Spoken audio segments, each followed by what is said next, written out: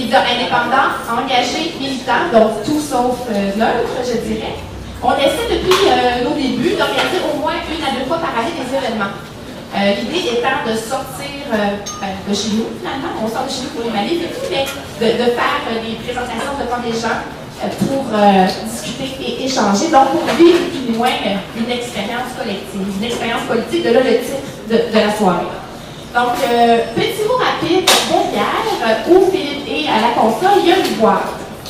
Cette boîte-là vise à ramasser des dons. Ce n'est pas, oui voilà, Philippe qui ramasse la boîte. Donc, ce n'est pas pour nous, ni pour d'autres indépendants, c'est une boîte qui vise à ramasser des fonds pour le comité légal de l'AC. Donc, on a pensé que c'était une bonne idée de s'associer avec le comité légal qui finalement pour aider à payer les énormes contraventions causées par l'infâme règlement P6. Donc, vous ne gênez pas à donner de l'argent. Je vous assure que les dons seront remis au comité légal de la CIE. Donc, voilà, je présente Pascal. Pascal est dans les Alters citoyens depuis 2 ans maintenant. Il y a peut-être quelque chose qui est moins connu des Alters citoyens, c'est un projet que nous avons de nous rendre dans les écoles, de donner des ateliers dans les écoles secondaires. L'atelier s'appelle Critique média et citoyenneté, donc c'est quelque chose qui est vraiment très intéressant. C'est avec Pascal qu'on a monté ce projet-là. Ça vise à développer une pensée critique au niveau des médias chez les jeunes et développer l'esprit critique par rapport à l'engagement. Donc voilà Pascal, je te passe le micro. Merci d'être là. Merci Claudine. Donc bonjour tout le monde, c'est moi qui vais animer la soirée ce soir. Donc c'est assez simple, en fait, qu'on présente ces 5 capsules, des capsules qui ont été réalisées par Alex Gingras. Puis c'est des capsules en fait qui sont un entretien avec Christian Nadeau suite à la publication de son livre Liberté, Égalité, Solidarité. Je suis en train de me mélanger sur l'ordre. Donc voilà. La soirée va se diviser en 4 blocs. Un premier bloc va avoir une seule capsule qui est Liberté, Égalité, Solidarité. Dans le second bloc, il va y avoir une capsule intitulée Corruption, régresse de la solidarité, suivie de Liberté, projet politique de la droite. Dans le troisième bloc, on visionnera la capsule Cinéma, expérience politique et on conclura avec Soutenir la solidarité, qui est la dernière capsule. À la fin de chaque capsule, on va inviter nos panélistes à se prononcer ou on fait entendre leur point de vue sur la capsule en question. Et puis ensuite, on va aller vers le public pour avoir des interventions et des discussions, le but étant d'échanger toute la soirée. Voilà. À l'exception du bloc 3, on va inviter en fait les médias alternatifs qui sont présents dans la salle à s'exprimer. Donc, sur ce, puis la soirée en effet est vraiment chargée, fait que je pense que tout le monde va devoir faire un effort collectif pour être concis dans nos interventions. Sur ce, je vais faire la même chose et je vais passer la parole à Alex Gingras et à Christian Nadeau pour un petit mot de bienvenue. Bonsoir, merci encore d'être tous présents. En fait, je voulais remercier aussi Christian d'avoir participé, d'avoir répondu à l'appel. On avait déjà un studio monté et puis on a décidé de mettre ça au service de la diffusion de la connaissance. Comme média alternatif, on a comme mission première le rayonnement de la parole citoyenne, mais aussi on s'est dit que c'est important aussi de faire rayonner la parole des intellectuels engagés ici au Québec. Donc, les capsules que vous allez voir font preuve de cet engagement-là qu'on a. Et puis, on vous remercie tous d'être ici présents avec nous pour discuter. Donc, j'espère que ça sera à votre goût et puis que les idées se brassent, comme on dit. Merci.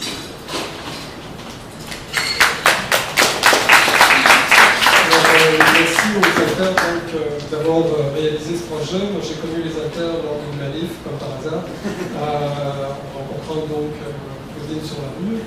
Et depuis, il y a eu d'autres collaborations. C'est toujours un plaisir de travailler avec les médias alternatifs. La réflexion de ce soir, il y en a plusieurs qui la voient peut-être dans l'esprit du rapport entre cinéma et politique. Ce ne sera pas seulement ça. Mais ce qui est intéressant, c'est de voir aussi quel genre d'activités on peut faire sur le plan du cinéma qui ont une répercussion politique sans pour autant avoir un contenu politique à proprement parler. Ça sera peut-être, disons, des objets dont on discutera plus tard. Mais en tout cas, je vous souhaite une bonne soirée et merci d'être venu ce soir.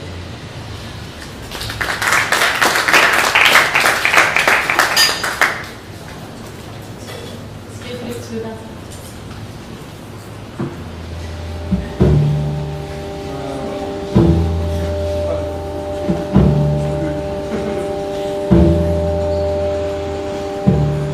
Alors, j'ai écrit mon livre sur liberté, égalité, solidarité en ayant en tête que dans la plupart des cas dans le débat public à l'heure actuelle, que ce soit au Québec ou ailleurs, mais je dirais que c'est particulièrement visible au Québec ces dernières années, nous avons voulu opposer deux principes qui, pour moi, sont indissociables. Le premier principe, c'est celui de la liberté, le second, c'est celui de l'égalité. C'est comme si on disait que toute mesure égalitaire était nécessairement contraire à la liberté et que toute mesure de liberté devait toujours être vue comme étant première par rapport à des considérations égalitaires, et que dès lors, si nous devions sacrifier quelque chose entre deux valeurs, alors il faudrait toujours sacrifier l'égalité, pardon. Pourquoi? Parce que la liberté aurait cette vocation, disons, à être la première des valeurs. Alors, pour moi, c'est une très mauvaise compréhension, en fait, de ce dialogue nécessaire entre liberté et égalité. Si je fais partie de ceux qui pensent qu'effectivement la valeur de la liberté est première, ça ne signifie pas pour autant que nous devons abolir ou, disons, amoindrir la valeur accordée à l'égalité. Parce qu'en fait, il faut comprendre que l'idée même de liberté suppose une égale considération de chaque individu.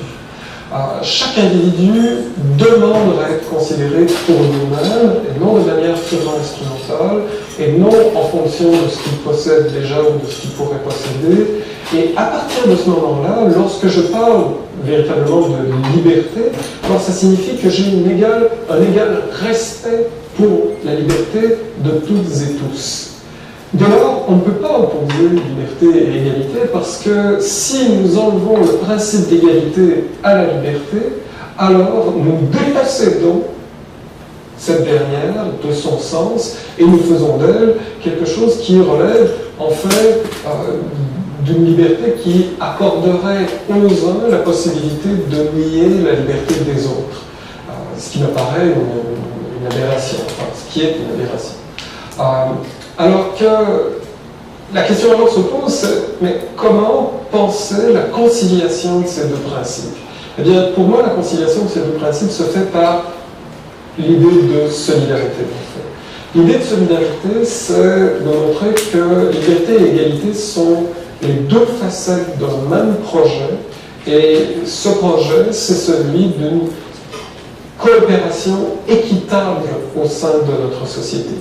Vous savez, une société, ce n'est ni un bloc homogène, ni simplement l'agrégation de ses composantes individuelles. Autrement dit, une société, ce n'est pas quelque chose qui flotterait au-dessus de nos têtes et qui dicterait nos comportements, comme si finalement nous n'étions que des marionnettes de quelque chose comme un tout social. Nous ne serions que des, disons, différentes facettes ou différentes modalités d'expression de quelque chose qui, en réalité, est un tout non seulement homogène et cohérent, qui impose aussi sa vision des choses sur nos choix. Alors, ça pour moi, c'est une vision qu'il faut absolument écarter, même si elle a été préconisée, la manière la plus radicale, bien sûr, de les préconiser, c'est dans les régimes à teneur totalitaire. Mais il y a une autre vision des choses qui m'apparaît tout aussi fausse, c'est l'idée selon laquelle il n'y a pas de société, on peut reprendre l'expression qu'on attribue à Margaret Thatcher, il n'y a pas quelque chose comme une société, il n'y a que des individus. Et dès lors, lorsque nous parlons de société, tout ce que nous voulons dire en réalité, c'est une expression, un fourre-tout, un mot-valise qui permet de décrire le fait qu'il y a dans une ville, dans un pays, plusieurs individus, de très nombreux individus. Mais au final, ce ne sont toujours que des individus. Alors, cette perspective m'apparaît tout aussi fausse en réalité. Pour qu'il y ait quelque chose comme société, pour qu'il y ait quelque chose comme véritablement une vie en commun, et je crois que cela est nécessaire pour l'individu, mais ça j'y reviendrai, pour qu'il y ait quelque chose comme une société, il doit y avoir une interaction. Et cette interaction doit être la plus positive possible. Et c'est, à mon sens, le travail de l'idée de solidarité que de montrer ce que peut être une interaction positive faite dans le respect de l'ensemble des membres de la société.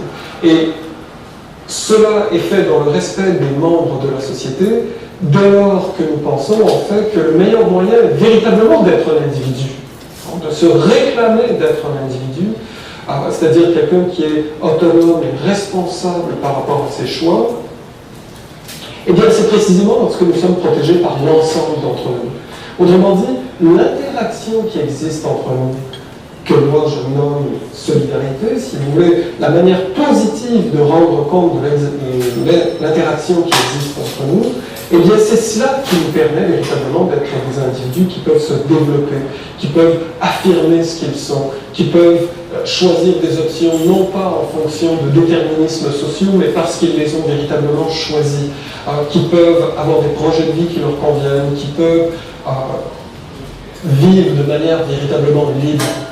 Mais cela n'est pas possible si nous sommes les seuls protecteurs de nous-mêmes. Je ne peux pas, à moi tout seul, assumer ma protection. Je ne peux pas, à moi tout seul, faire en sorte que ma liberté soit véritablement reconnue. Pour que ma liberté soit reconnue, elle doit être reconnue par d'autres. Elle doit être admise par d'autres et surtout, elle doit être défendue par d'autres. Ce qui est vrai des autres l'est tout aussi bien de moi. C'est-à-dire j'ai exactement le même rôle au sein de cette société. Donc, vous voyez, c'est ainsi que je conçois donc cette triangulation.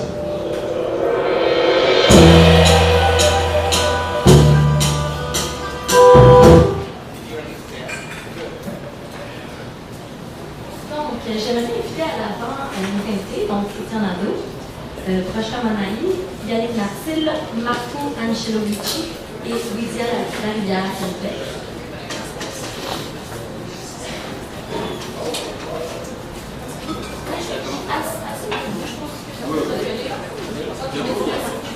Oh, je m'excuse.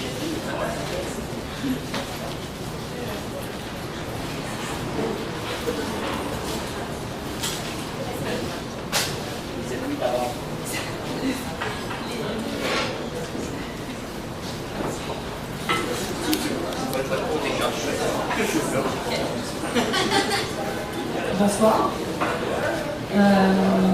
Je vais y aller avec quelques idées peut-être que je te soumets aussi.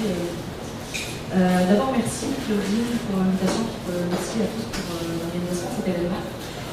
Moi, la première peut-être remarque que je m'étais faite avec la triangulation que tu viens de proposer, c'est ça m'a évidemment fait penser à l'espèce de slogan de la République française, liberté, égalité, fraternité.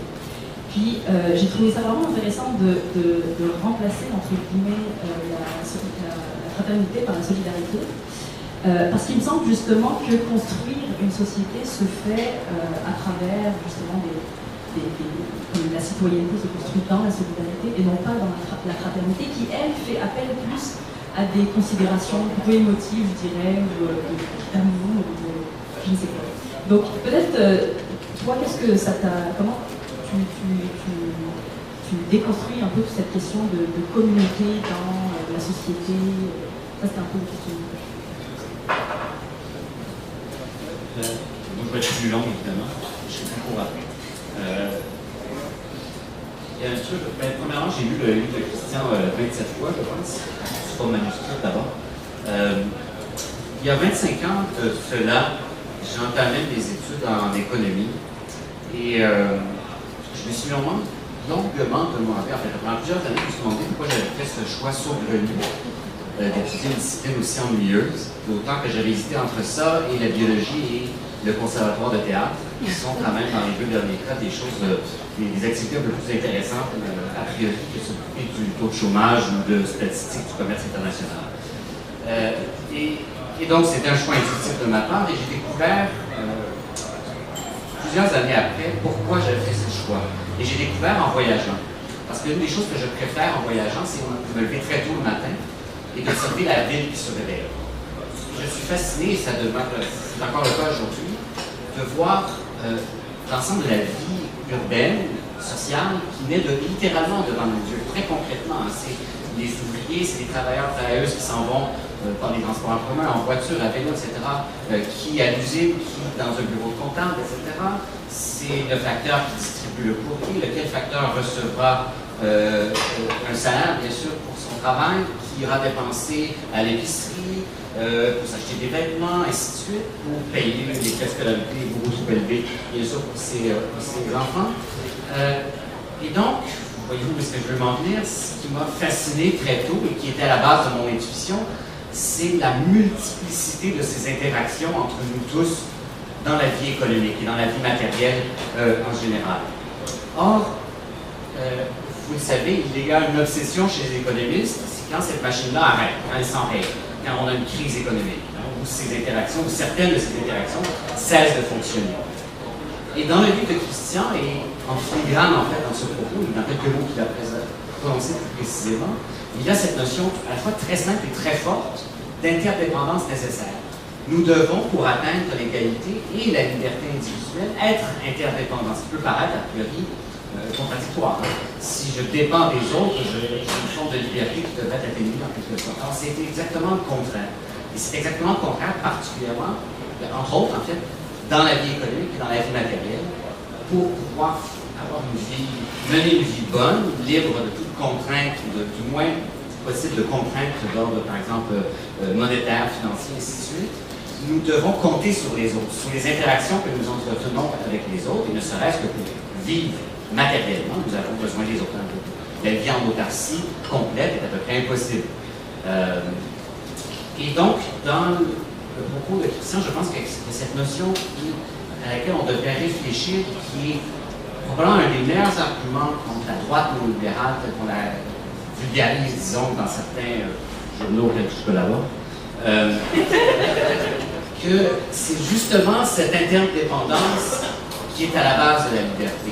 Et non pas une liberté, comme le dit très bien Christian dans la capsule, qui serait une espèce d'a priori auquel a priori serait soumis tout le reste de nos relations sociales. Et c'est là où on entre facilement, donc avec un argument, et je dis de façon respectueuse, hein, c'est pas condescendant au-dessous, avec un argument qui est simple, donc qui est très, qu'on peut appréhender facilement, on entre dans la profondeur immédiatement de ce qui est une relation sociale. Et je pense que dans la triangulation, c'est, pour moi, c'est l'élément le plus fort, cette notion d'interdépendance qui fait finalement triangle. Voilà. Bonjour, je m'appelle Marcos, merci beaucoup de l'invitation. En écoutant Christian, je me demandais s'il fallait que je réponde nécessairement d'un point de vue philosophique, s'il fallait que je fasse l'effort d'essayer de parler de justice, de liberté, etc. Mais j'ai une formation en philo, en socio, en Sciences Po, et je suis prof de socio, et je travaille sur les mouvements sociaux. Je m'intéresse en particulier à l'austérité et aux luttes contre l'austérité. Donc je vais essayer de tout aborder cette question-là de ce point de vue de la sociologie politique, et de dire, je pense que Christian a très bien souligné avec raison, que la liberté a des préconditions, peut-être matérielles, pas juste matérielles, mais en partie matérielles, qui sont l'égalité. C'est un minimum d'égalité nécessaire pour pouvoir agir. Donc il faudrait aussi dire la même chose de la liberté, qu'il faut, de l'égalité, qu'il faut un minimum de liberté pour qu'on puisse arriver aussi à l'égalité. À savoir que l'égalité n'est pas une donnée, c'est un peu un exercice intellectuel d'en avoir comme une donnée, mais généralement, l'égalité, en tout cas historiquement, quand elle existe, c'est le produit des luttes sociales, et donc c'est une égalité à géométrie variable qui varie selon les pays, selon les époques, selon les sphères, en fonction des rapports de force, en fonction des luttes. Par conséquent, moins il y a de liberté, moins on est à même de mener des luttes qui peuvent nous mener aussi à plus d'égalité. Et donc, les deux, la liberté et l'égalité, sont mutuellement constitutives et peuvent se renforcer mutuellement dans cette interaction. Donc, ce qui est intéressant de voir aujourd'hui, par exemple, c'est les pays qui mettent en place des politiques d'austérité les plus sévères sont aussi les pays qui ont tendance, là je parle des pays démocratiques évidemment, dans le dictatorial c'est notre histoire, mais sont aussi les pays qui ont tendance à réprimer le plus possible les droits et libertés civiles. On peut penser à l'Espagne, qui a une crise très très importante, qui discute depuis un an d'un projet de loi pour restreindre très sévèrement le droit de manifester. En Angleterre, il y a eu des coupures massives au niveau social, plus grandes que ce qu'a fait Thatcher.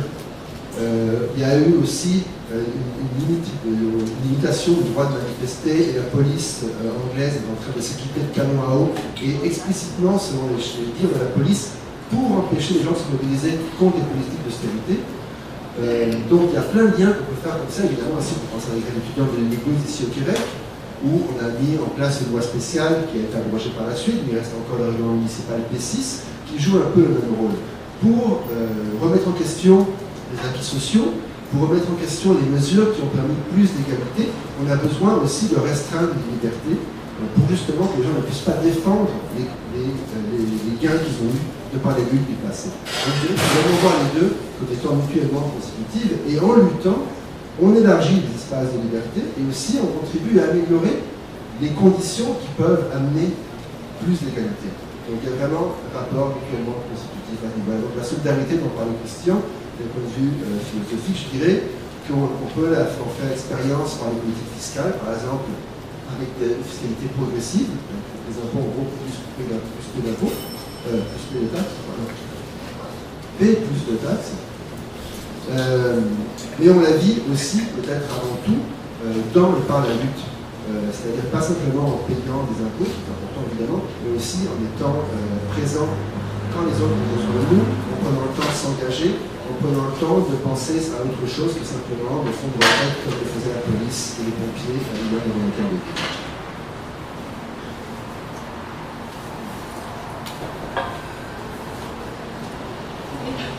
Oui, je m'appelle Lisa Laviade, je suis militante pour le mouvement I Don't No More. Puis, je pense que ce que j'en ai ce soir, c'est plus un point de vue militante, activiste de la base, c'est un point de vue très intellectuel. Puis, en fait, je vais commencer mon intervention en reconnaissant et en remerciant la nation Mohawk. Présentement sur le territoire de Mohawk. Montréal est sur un territoire ancestral Mohawk. Puis, en fait, j'ai dit ça parce que ça m'emmène à un concept que j'aimerais rajouter à la réflexion. Ce concept est le concept de décolonisation. Puis, dans ma réflexion, je me suis dit que si les Autochtones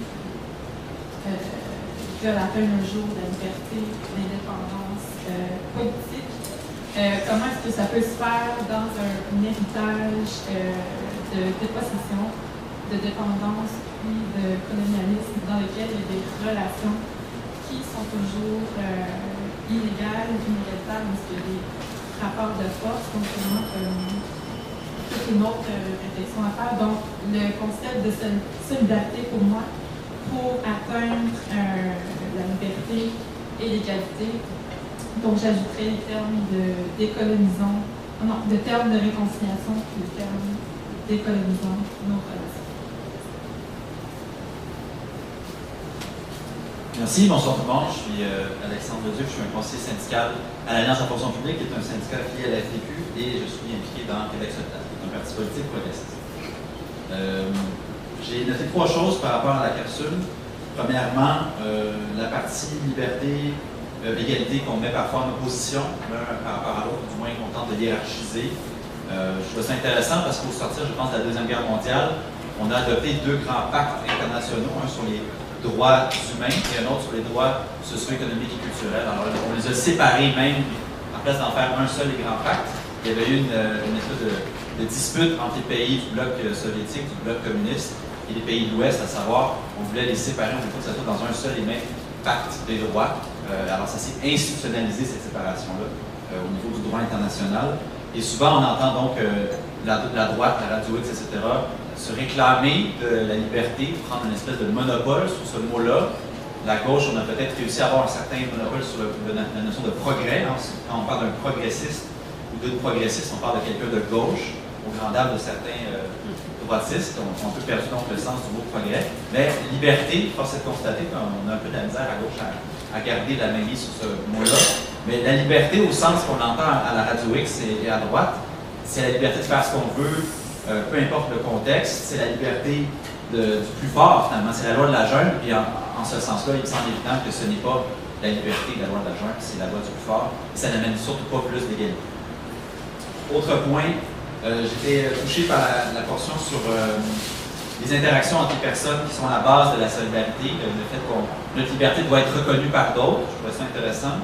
Ça m'a fait curieusement penser à la notion des impôts, qui est à la base de la civilisation en quelque sorte. Hein, si on décide, du moins si on s'est donné comme mandat de payer des impôts, c'est qu'on se donnait une portion de service public finalement, de biens communs. C'est comme ça qu'on réussit à prendre soin de notre prochain et de se déterminer comme une société distincte, une société progressiste.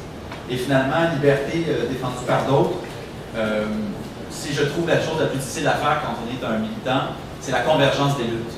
Parce qu'on est tellement occupé dans nos emplois, dans nos tâches, dans nos familles, dans notre couple, etc. On a le temps de s'impliquer un peu dans une ou deux causes, dans un ou deux groupes. Et il y a tellement de choses à faire que c'est difficile de pouvoir mettre en pratique réellement une solidarité avec les autres luttes.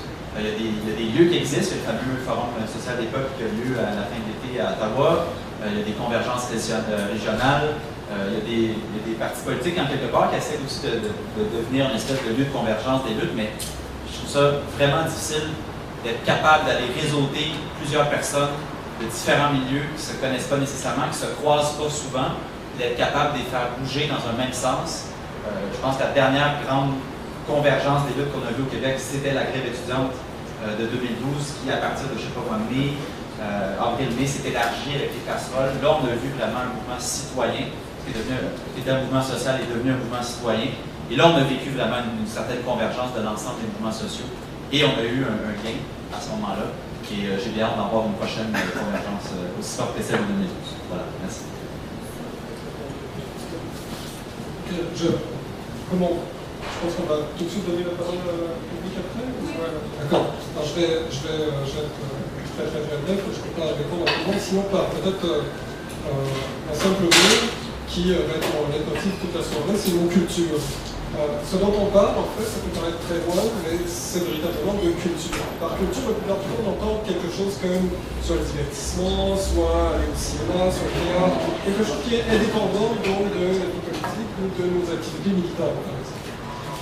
Alors que ce dont on parle, lorsqu'on veut véritablement parler de culture, c'est d'une certaine manière de vivre ensemble qui d'enrichir ce que veut dire vivre ensemble. Donc, lorsque tu parlais de la triangulation, pour moi, le mot solidarité, il est là. Il est véritablement là. Donc, il est dans cette idée que ce n'est pas la fraternité qui est inclue pour penser à la culture, parce que c'est une culture qui pense fraternité en termes de culture, pense à une culture bien spécifique, qui est celle de patriarcat, qui est celle masculiniste, etc., alors que nous ne sommes pas dans ce registre. Et ensuite, sur le plan économique, c'est un peu la même chose. On pourrait dire que, par exemple, imaginons que la droite pense à la culture, puis elle dit il faut représenter une fleur. Ça peut paraître absurde, vous pensez à une fleur. Alors qu'est-ce qu'elle va faire? Elle va montrer une très belle fleur, mais ça va être une pub pour une carte de crédit. C'est-à-dire la fleur, elle est très jolie, mais il faut que tu la payes. Alors que nous, il faut qu'on arrive à dire ce que la droite dit, c'est la fleur, elle a un prix. Nous, il faudrait qu'on arrive à dire non, ça n'a pas de prix.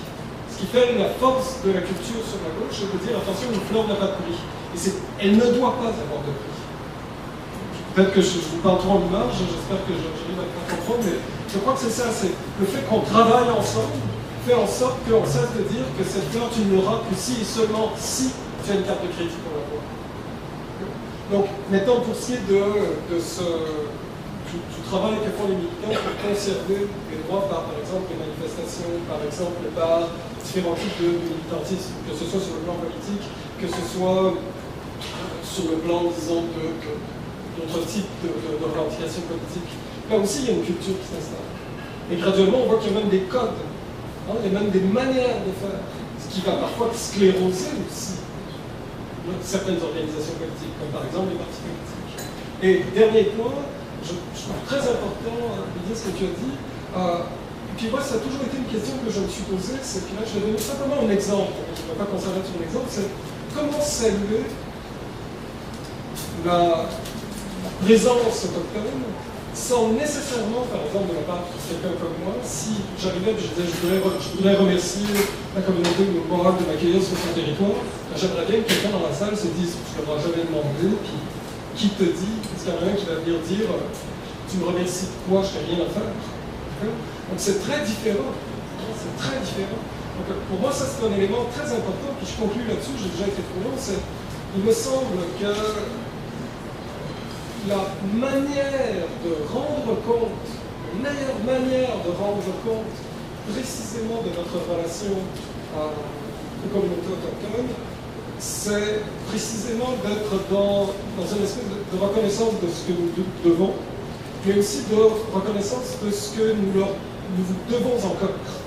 Alors que la plupart du temps, on s'arrête à la première mission. C'est comme si on disait, on va commencer par être respectueux d'une certaine histoire, et pour le reste, là, ils sont clairement bêtes.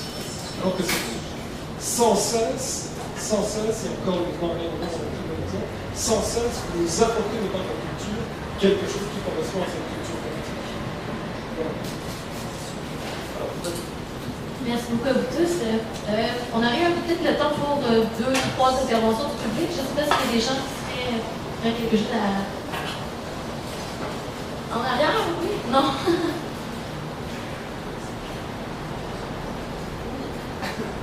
On n'est pas pour la culture, c'est de briser la glace. Oui. Oui.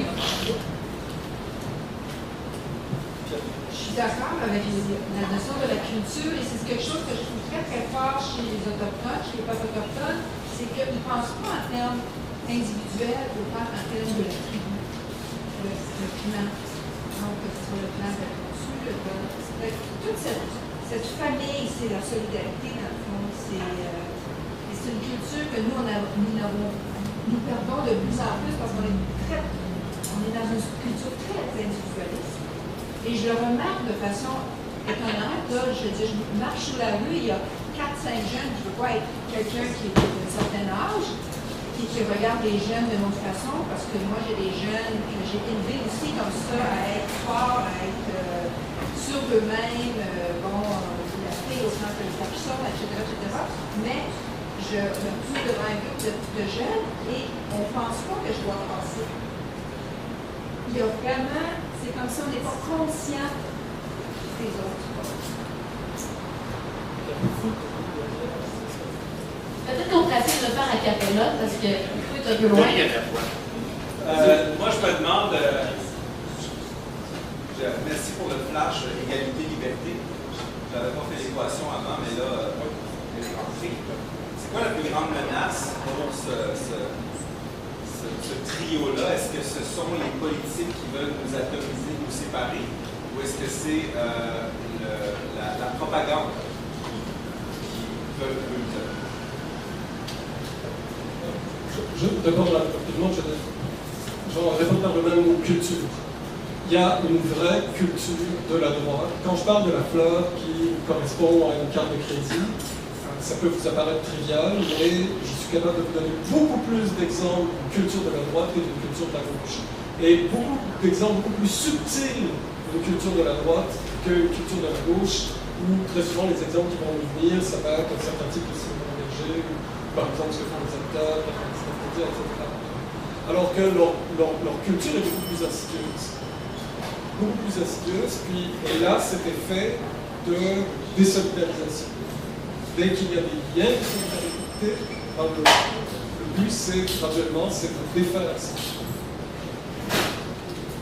Est-ce que quelqu'un d'autre? Peut-être que tu peux réagir par rapport à la question.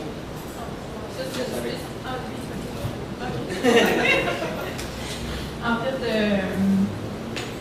pour la façon dont j'ai commencé mon intervention, c'était seulement un rappel que la plupart des autochtones ne connaissent pas la nation autochtone du territoire sur lequel ils se trouvent. C'était pas nécessairement pour dire qu'à chaque fois que vous faites une intervention, vous devez remercier cette nation autochtone, mais juste le travail de savoir c'est quelle nation autochtone qui se trouve sur le territoire, c'est déjà, je pense, une première étape à la décolonisation. C'était juste un peu pour jubiler. Merci. Puis c'est intéressant aussi de penser qu'en fait la culture de la droite non seulement est présente et plus observable, mais est plus dans la culture commune. On pense que c'est dans. En fait, la culture qui est commune à tous, on pense qu'il y a une sens commun, c'est souvent quand on prend le temps de décortiquer, je pense, une culture de la droite. Je ne sais pas s'il y a d'autres personnes qui aimeraient réagir dans le public.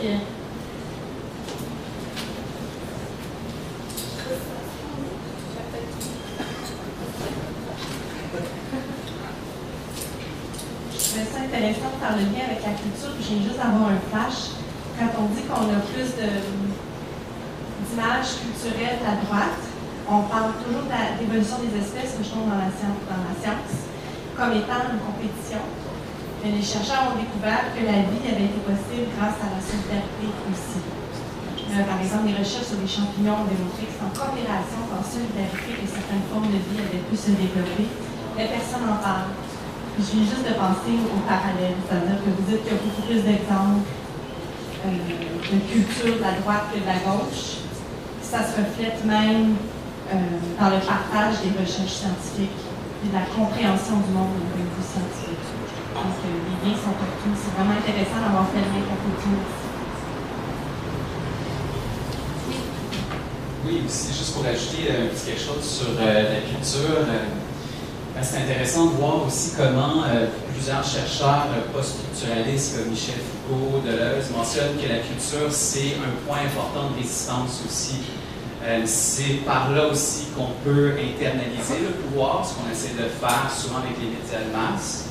Par contre, c'est un lieu aussi de subjectivation où ce qu'on peut nous-mêmes décider comme individus en fait, de faire rayonner nos valeurs. Et puis, il y a certains nouveaux procédés de création, dont le remix, qui utilise la culture, en fait, des médias de masse, le décortique, le déconstruit cette espèce d'internalisation du pouvoir pour le renverser. Et puis, c'est aussi à travers les alters, ce qu'on essaie de faire des fois avec le remix, c'est de prendre des propos qu'on nous force un peu à croire pour les déconstruire et puis leur redonner une valeur de résistance. C'est peut-être quelque chose à aussi penser. Très rapidement, juste sur le rapport avec la nature. Il faut faire très attention parce que les champignons ne choisissent rien, ça se fait tout seul. Alors que nous, pourquoi est-ce qu'on parle de culture? C'est parce que c'est un choix. C'est ça la différence, c'est que on ne peut pas simplement regarder la nature et dire parce qu'on peut trouver des exemples contraires. On peut commencer à dire voyez, les animaux ils se mangent entre eux, donc on a raison de manger des animaux, etc. La vraie question c'est quels sont nos choix? Et puis que sommes-nous prêts à faire pour maintenir nos choix? Et dans une société comme la nôtre, moi il me semble que justement la question de la culture devient un enjeu central parce que c'est précisément celle qu'on a décidé de ne plus choisir, mettre de côté, de juger comme étant secondaire ou de remplacer par un drapeau, par des considérations identitaires, ce genre de choses comme ça. Est-ce que Jonathan Lebrun est dans la salle? On avertit qu'on va sauter directement la capsule La liberté du projet politique de la droite. Donc, voilà.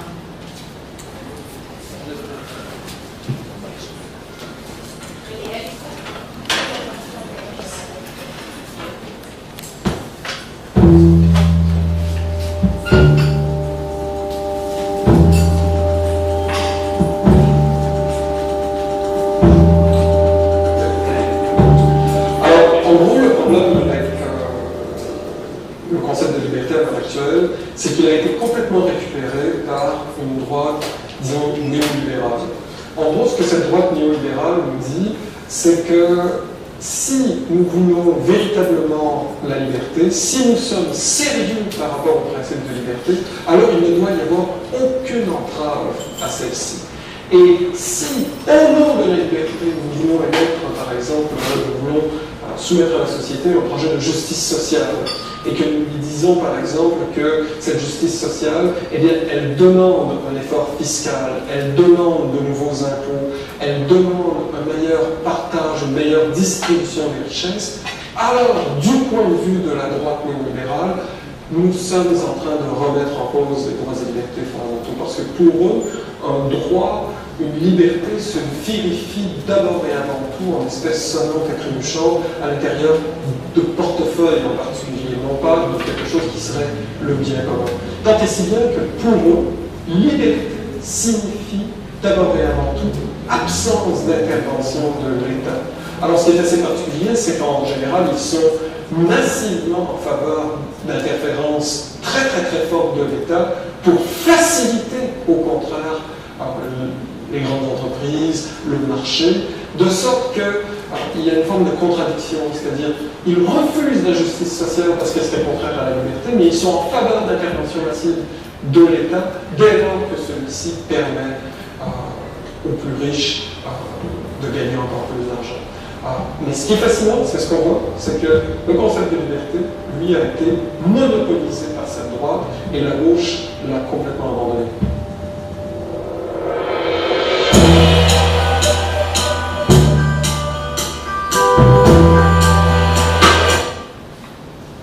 Merci. Donc, je vais faire part de la chaise musicale. Donc, moi, la première question qui me vient en tête quand je regarde cette vidéo-là, c'est comment la gauche peut-elle se réapproprier en fait le concept de liberté. Ben, je vous inviterai à vous prononcer sur ça, mais sinon, ça peut être n'importe quel commentaire aussi. Qui veut commencer?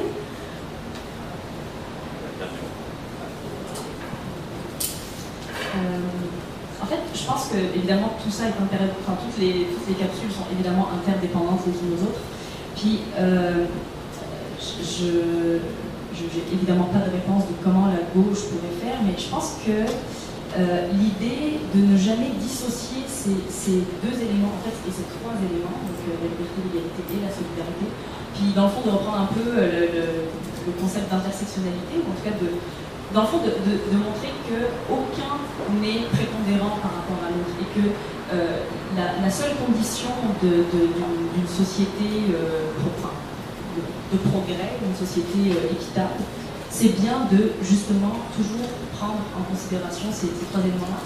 Et je pense que ça permet aussi de mieux entrevoir des solutions dans toute la question de la convergence des luttes, toute la question de la solidarité des luttes, où sans une compréhension intersectionnelle des appartenances, une compréhension intersectionnelle des luttes, je pense qu'on passe à côté de certaines réalités d'égalité.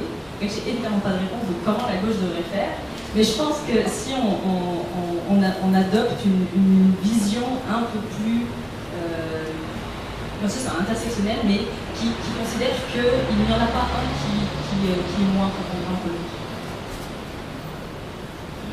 Dans le débat sur la charte qu'on a connue, il y a eu plusieurs personnes, je peux pas m'empêcher,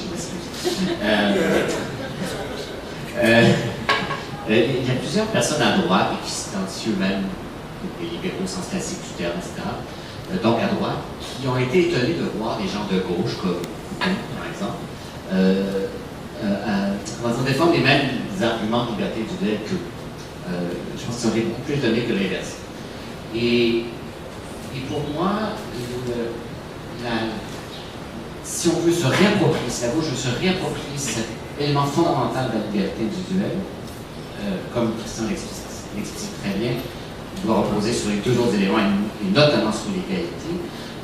Mais pour moi, pour qu'on puisse se réapproprier, il faut utiliser une tactique rhétorique qui est celle d'utiliser le même terrain de jeu que celui de la droite, c'est-à-dire la pensée libérale. Et je ne sais pas qu'il faut tous le faire, mais c'est une possibilité.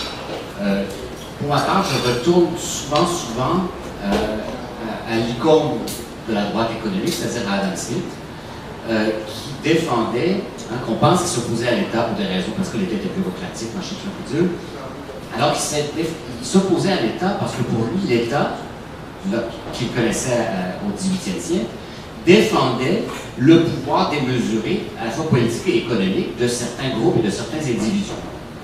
C'est pour ça qu'il s'opposait à l'État, un État qui bénéficiait aux très riches. Et le libéralisme, bon là j'idéalise un peu Adam Smith, là, mais il reste quelque part le libéralisme d'Adam Smith, ou le libéralisme classique de la fin du 19e siècle, est probablement révolutionnaire parce qu'il s'oppose à tout lobbying, à tout pouvoir démesuré d'un groupe ou d'un individu. Et remettre cette pensée-là, et là je répète, pour moi c'est une stratégie rhétorique, réutiliser cette pensée libérale classique contre justement le pouvoir des puissants qui est protégé par l'idéologie dominante, me paraît une très bonne, j'espère, parce que je l'utilise très souvent, me paraît une bonne arme rhétorique pour, se réapproprier cette notion de liberté et donc d'égalité sous-jacente et de remettre sur le nez des pseudo-défenseurs de la liberté individuelle, du libre marché, ainsi de suite, qui sont en contradiction, en fin de compte, avec le propre fondement de leur pensée. Voilà. Je suis un libéral. Et un social-démocrate. Je trouve la capsule de Christian en fait, soulève deux questions complexes et fondamentales. Première, évidemment, qu'est-ce que la liberté? Puis deuxième, le rapport à l'État et quel rôle l'État peut jouer pour contribuer à plus de liberté. Et par rapport à justement à la droite, je serais tout à fait d'accord avec Christian à ce niveau-là, mais il y a un peu la droite, je dirais, la droite libérale, mais uniquement la droite libérale, l'habitude de réduire la liberté un peu de stratégie de marketing. En gros, quand on parle de liberté, c'est la liberté de consommer, c'est la liberté d'investir. Généralement, ça s'arrête là. Et je trouve que la façon dont la droite en parle, ça me fait penser à la phrase de Falardeau, justement ici. Il avait fait un bouquin, La liberté n'est pas une marque des nounous. Et je trouve que ça résume bien la pensée de la droite. Donc en gros, la liberté, c'est quelque chose qu'on vend. C'est quelque chose qu'on vend pour justifier, pour légitimer d'autres choses qui ne sont pas liées forcément à la liberté, mais qui par contre servent des intérêts très précis, et des intérêts évidemment qui ne sont pas forcément ceux du bien commun, mais ceux d'une classe en particulier. Deuxièmement, je dirais comme je suis sociologue, et je pense qu'on parle de liberté, là, le docteur fétiche Bourdieu, Pierre Bourdieu, qui rejette catégoriquement l'idée de liberté. À ce niveau-là, il s'oppose entre autres à Sartre. Et il y a une phrase qui résume assez bien, même si elle simplifie beaucoup sa pensée, qui dit « on est déterminé et on a une toute petite chance de finir libre ». Et ce qui veut dire par là, c'est qu'on est avant tout des animaux sociaux, on est produit par la société dans laquelle on est, par notre place sociale dans cette société-là. Et donc à ce niveau-là, on est influencé par plein de forces, par plein de mécanismes qu'on ne contrôle pas, dont on n'est même pas conscient, et donc qui nous déterminent donc le choix, le fameux choix qu'on met sur un piédestal. Il a très peu de signification réelle, parce que d'ailleurs on est tous libres, tous et toutes libres de faire des choix, mais statistiquement on fait généralement toujours le même choix. Donc c'est quand même bizarre qu'autant de personnes qui sont libres finissent toujours par choisir la même chose.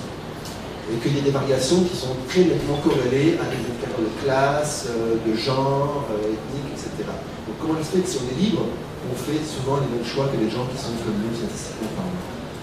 Et à ce niveau-là, Bourdieu insiste beaucoup sur la réflexivité, sur le travail qu'on peut faire sur nous-mêmes pour essayer de nous affranchir des forces qui nous déterminent socialement. Mais peut-être pour finir, je mentionnerai la restriction du rapport à l'État qu'a mentionné Christian.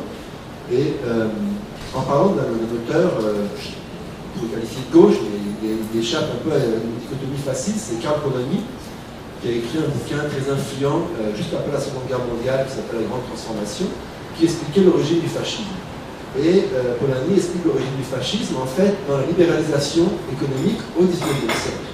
Et il dit que la montée du fascisme est en fait une réaction quasiment spontanée, quasiment organique de la société pour se protéger contre le marché. C'est discutable, on peut discuter empiriquement si vraiment il le démontre ou non. Mais ce qui met de l'avant avant tout, c'est de un, que le marché n'est pas un phénomène naturel, c'est un processus institué, et institué avant tout par l'État. Ce qui veut dire qu'en gros, il n'y a pas de marché sans État. Et donc l'idée que nous vend, qui essaie de nous vendre la droite néolibérale, selon laquelle il faudrait moins d'État pour avoir plus de liberté, est en gros une stratégie purement rhétorique, parce que la droite, le marché, a besoin de l'État. Maintenant, évidemment, la question qu'a mentionné Christian rapidement, c'est quel type d'État et quels intérêts sert cet État. Et ça, évidemment, c'est un des enjeux principaux de la politique.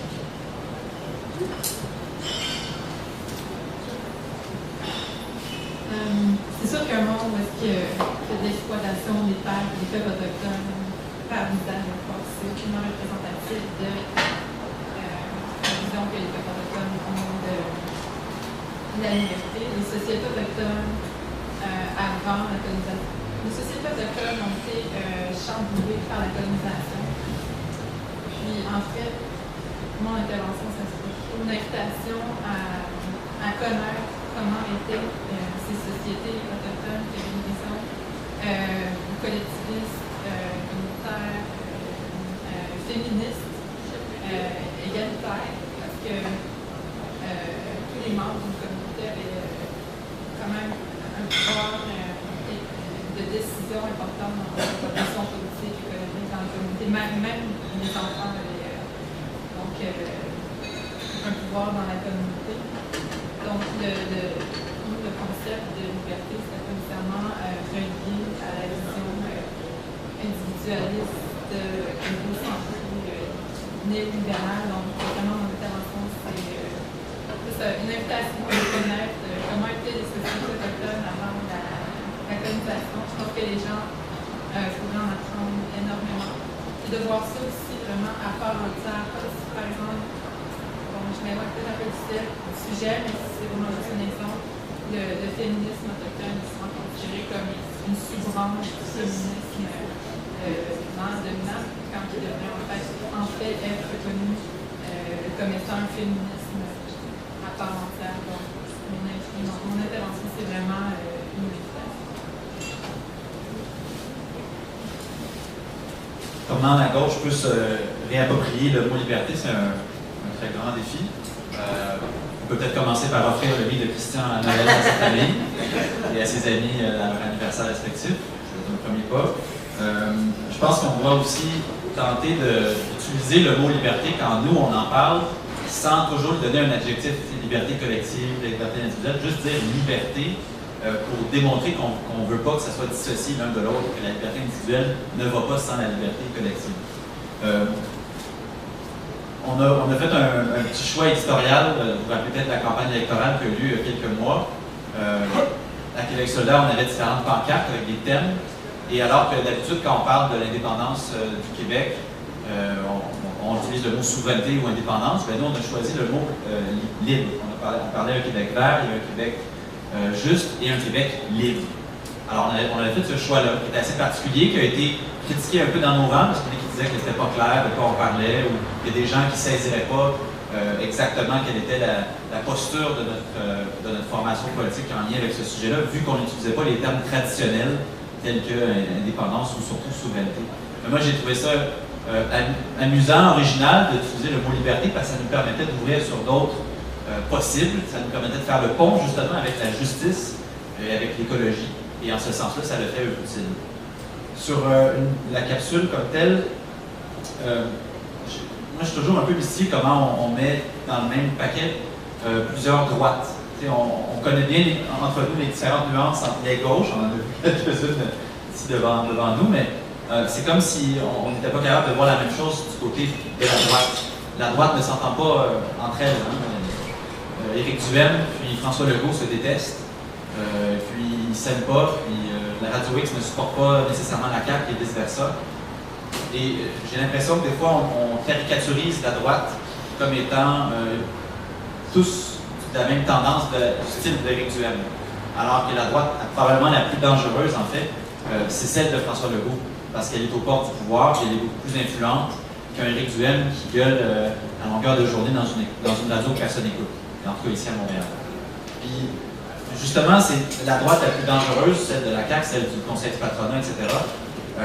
C'est elle qu'on peut le plus facilement mettre en difficulté, j'ai l'impression, sur la question de la réduction de la taille de l'État, de la réduction de l'interventionnisme de l'État, parce qu'elle est vraiment, comme je dis, en contradiction à ce sens-là.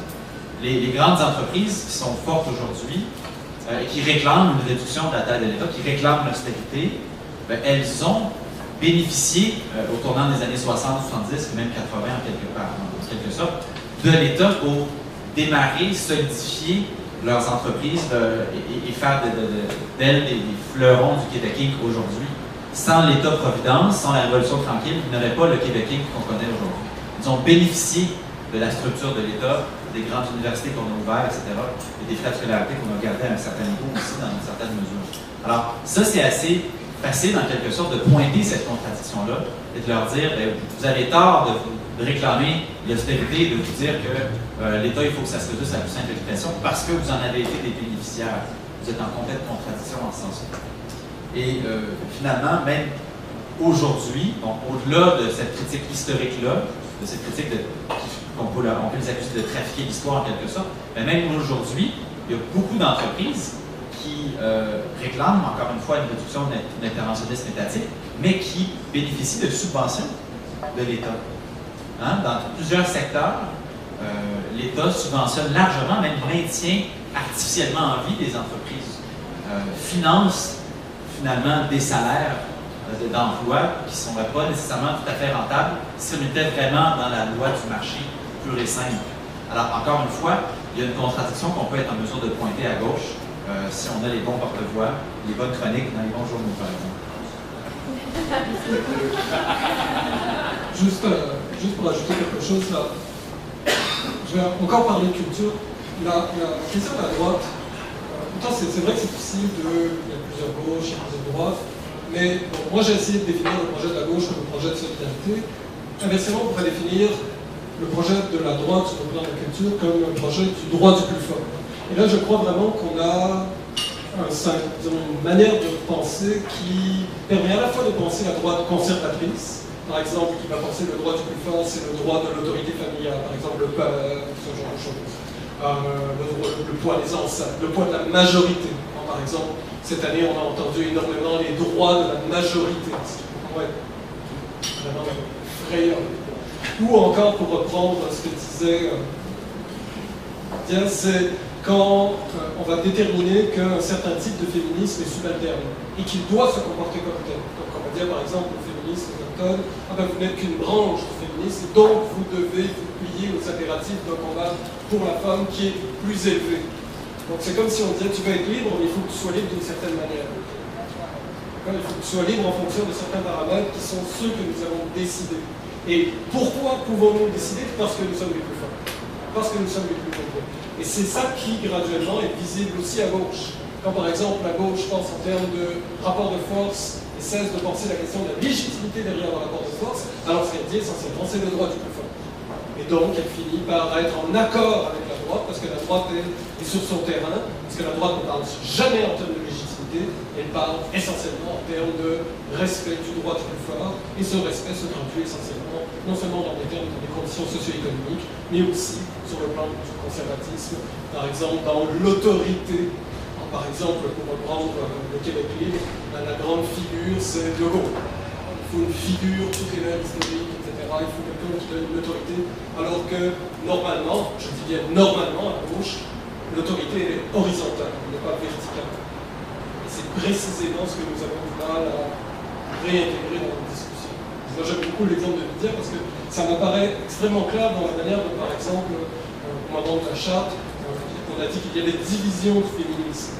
Et là, tu dis, ah bon, pourquoi il existe quelque chose qui s'appelle féminisme, et puis là, qui tout à coup, c'est comme séparé en plusieurs morceaux? Allez, c'est ridicule. Il y a des combats qui ont des finalités communes, qui ont des visions communes, et à un certain moment, on s'aperçoit que les motivations derrière ces combats ne sont pas les mêmes. Que la manière de voir l'objectif n'est pas le même. C'est ça une société pluraliste. Merci beaucoup, c'est vraiment très intéressant. J'avais des signes au fond de... Oui? L'intervention, j'ai eu la chance de travailler pour un réseau qui me donne accès à des interventions médiatiques assez larges, plein d'enjeux. Et sur les questions de liberté, je travaille pour l'Union des consommateurs. Et la question des libertés, souvent est amenée sur la question de la liberté de consommer. Et souvent, les porte-paroles de la droite se retrouvent confrontés face à leur absence de liberté rendue à un certain niveau de consommation, où est-ce qu'ils se rendent compte que même s'ils sont libres d'acheter tel produit, ils seront fourrés pareil par la compagnie. Il y a quelque chose qui est plus fort qu'eux.